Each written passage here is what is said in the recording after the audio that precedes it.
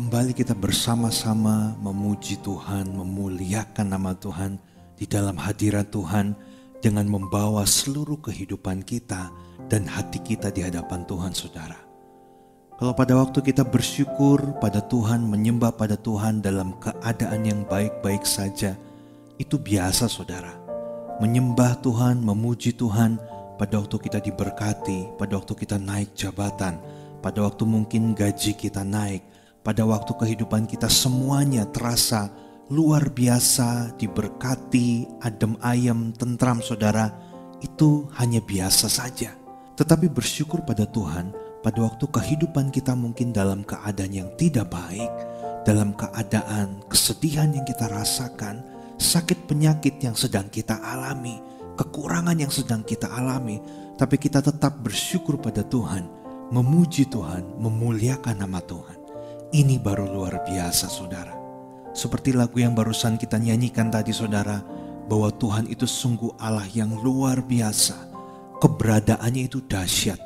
Karena itu sudah seharusnya setiap pujian, penyembahan kita berikan pada Tuhan. Bukan tergantung dari suasana hati kita, tapi atas keberadaan Tuhan, kemahaagungan Tuhan, kebesaran Tuhan, dan penyertaan Tuhan dalam kehidupan kita sampai saat ini. Kita membuka bersama di dalam Lukas 6, dimulai dari ayat yang ke-6 sampai yang ke-10, saudara.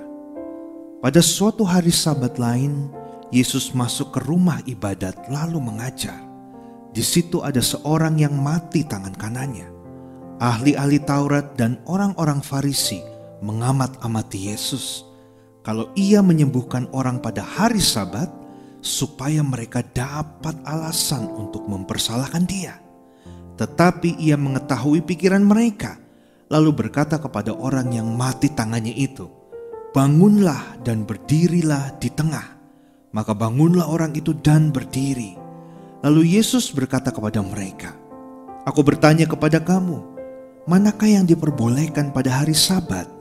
Berbuat baik atau berbuat jahat, menyelamatkan nyawa orang atau membinasakannya?" Sesudah itu ia memandang keliling kepada mereka semua, lalu berkata kepada orang sakit itu, "Ulurkanlah tanganmu." Orang itu berbuat demikian dan sembuhlah tangannya. Maka meluaplah amarah mereka, lalu mereka berunding apakah yang akan mereka lakukan terhadap Yesus. Ini hal yang menarik, saudara, yang saat ini dengan waktu yang singkat kita akan mempelajari bersama-sama. Kita tahu, saudara, bahwa hari Sabat adalah hari yang dikhususkan pada waktu zaman bangsa Yahudi, pada waktu zaman Yesus, saudara. Ini adalah hari di mana mereka berhenti dari setiap pekerjaan mereka, yaitu mereka harus datang ke bait Allah, mengucap syukur pada Tuhan, dan juga mereka bisa berkumpul keluarga satu dengan yang lainnya di hari Sabat ini, saudara. Saat itu Yesus sedang berada di rumah ibadat. Di situ juga ada ahli-ahli Taurat dan juga orang-orang Farisi. Dan ternyata mereka itu ingin mencobai Yesus, saudara. Kita bisa tahu bahwa hati mereka itu sebenarnya tidak baik, saudara. Hati mereka itu ada satu kecemburuan, ada satu rasa yang mereka tuh memang tidak suka sama Yesus. Sehingga kita bisa lihat di dalam ayat ini ada cerita di mana orang sakit yang disembuhkan oleh Yesus, saudara.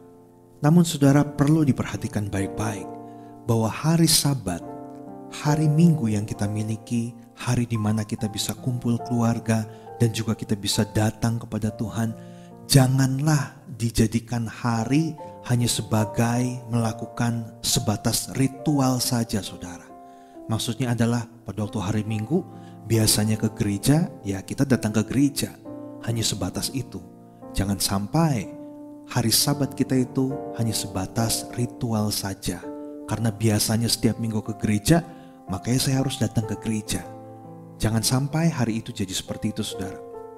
Jangan sampai hari Sabat itu sebatas ritual saja. Tapi kita harus melihat, pada waktu mungkin kita sedang beristirahat, pada waktu mungkin kita sedang berkumpul bersama dengan keluarga, saudara. Tetapi tiba-tiba ada seseorang yang mungkin minta tolong kepada kita.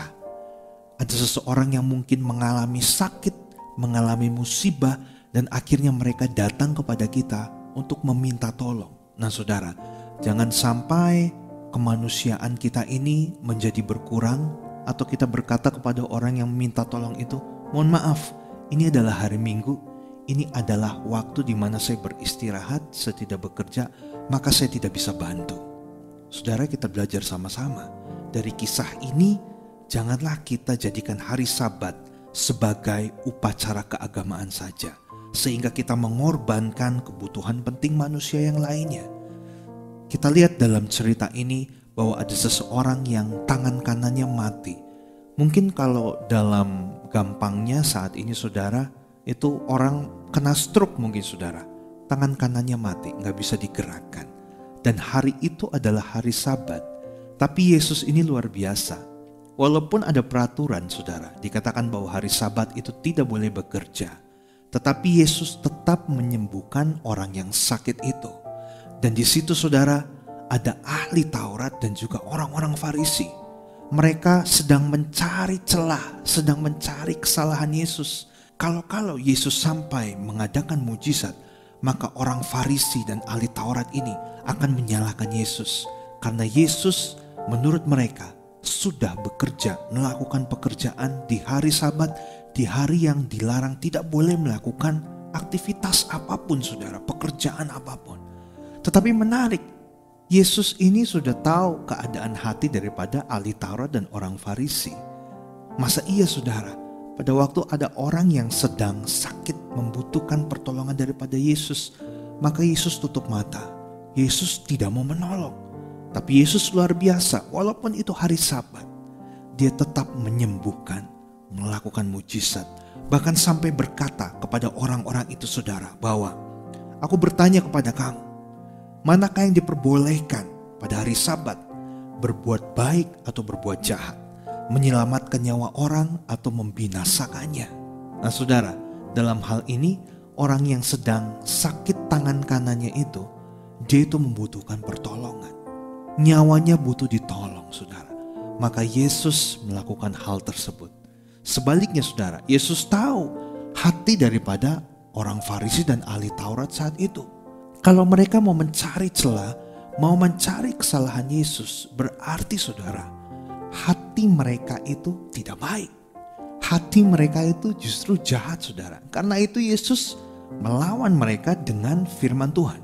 Berbuat jahat maksudnya adalah apa yang dipikirkan oleh ahli Taurat dan orang-orang Farisi itu, yaitu tentang kedengkian yang ada di hati mereka tentang Yesus. Kalau Yesus melakukan mujizat, maka mereka akan menyalahkan Yesus. Jadi ada satu bahan untuk bisa memperolok Yesus, menghina, mengejek Yesus, bahkan menghukum Yesus saudara. Kadangkala saudara, kita ini memiliki sifat seperti ahli Taurat dan orang-orang Farisi ini.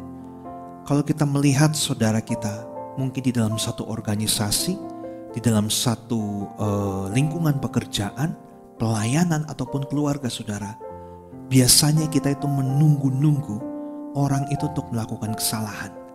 Begitu seseorang melakukan kesalahan, maka kita bisa punya bukti untuk kita bisa menyalahkan orang tersebut saudara, dan memberitahukan kesalahan itu kepada orang lain. Dia udah melakukan kesalahan loh. Dia sudah mencuri loh, dia sudah selingkuh loh, dia sudah berzina loh. Waduh saudara, seharusnya janganlah menjadi seperti ahli-ahli Taurat dan orang Farisi ini, yang menunggu-nunggu Yesus untuk melakukan kesalahan, menunggu-nunggu Yesus itu ada celah di mana, maka mereka bisa serang hal itu saudara. Tapi jadilah sama seperti Yesus yang memiliki kasih, bahwa sebelum kita melihat seseorang ada kecenderungan untuk melakukan kesalahan, tidak ada salahnya saudara untuk kita bicara kepada dia, menegur dia secara empat mata, dan memberikan pengertian supaya orang itu tidak salah langkah, supaya orang itu tidak melakukan kesalahan. Bukan malah kita diemin, bukan malah kita membiarkan. Pada waktu dia melakukan kesalahan, pada waktu ia jatuh, langsung kita menunjuk mukanya bahwa kamu telah melakukan kesalahan. Saudara, kita mau belajar bersama-sama saat ini menjadi orang yang penuh dengan kasih.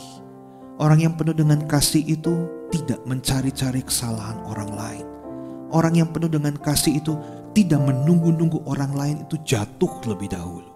Tapi orang yang penuh dengan kasih sebelum seseorang jatuh, dia akan menopangnya, dia akan menolongnya, dia akan mengingatkan saudara.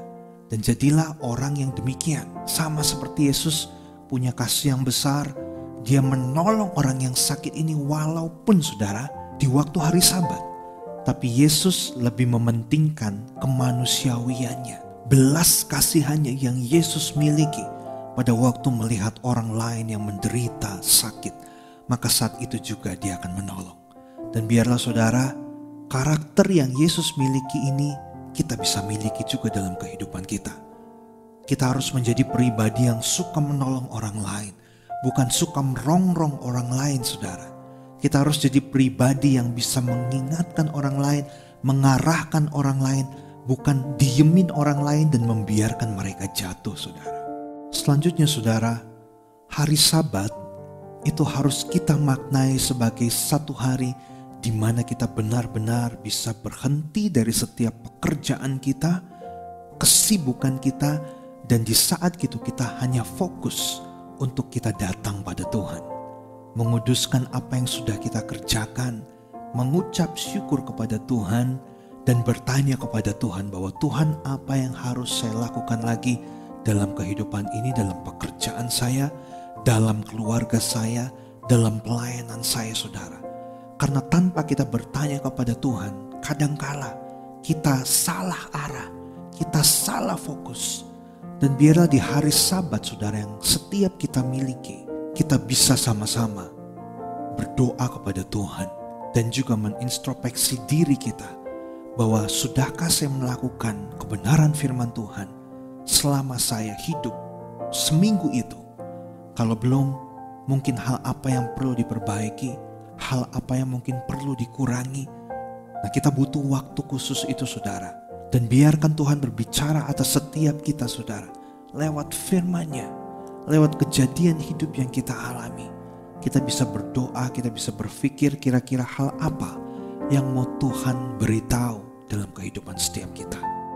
Mari saudara-saudara, kita belajar bersama tentang hari Sabat, bahwa hari Sabat itu bukan hanya sebatas sebuah hari di mana kita melakukan ritual keagamaan kita, tapi kembali kepada esensi daripada hari Sabat itu sendiri, bahwa hari Sabat adalah di mana kita bisa punya waktu untuk bertemu dengan Tuhan kita, Sang Pemilik hidup ini saudara, berterima kasih atas kepercayaan kehidupan yang sudah Tuhan berikan dalam kehidupan kita. Dan jangan pernah lupakan saudara-saudara yang ada di sekeliling kita, kita pun perlu mengasihi mereka, kita pun perlu membantu mereka saudara dalam menghadapi pergumulan kehidupannya. Mungkin kita gak bisa bantu mereka secara materi saudara, tetapi kita bisa bantu mereka secara spirit. Kita doakan mereka, kita dukung mereka, kita support mereka, kita kuatkan mereka, kita mendengarkan apa yang menjadi keluhan, pergumulan isi hatinya, dan berikan pemahaman yang baik ini kepada mereka. Karena itu adalah salah satu bentuk dari kasih saudara. Mari kita mau sama-sama belajar menjadi anak Tuhan yang semakin hari semakin berkenan di hadapan Tuhan dan dipenuhi dengan kasih, sama seperti Yesus yang telah lebih dahulu mengasihi setiap kita.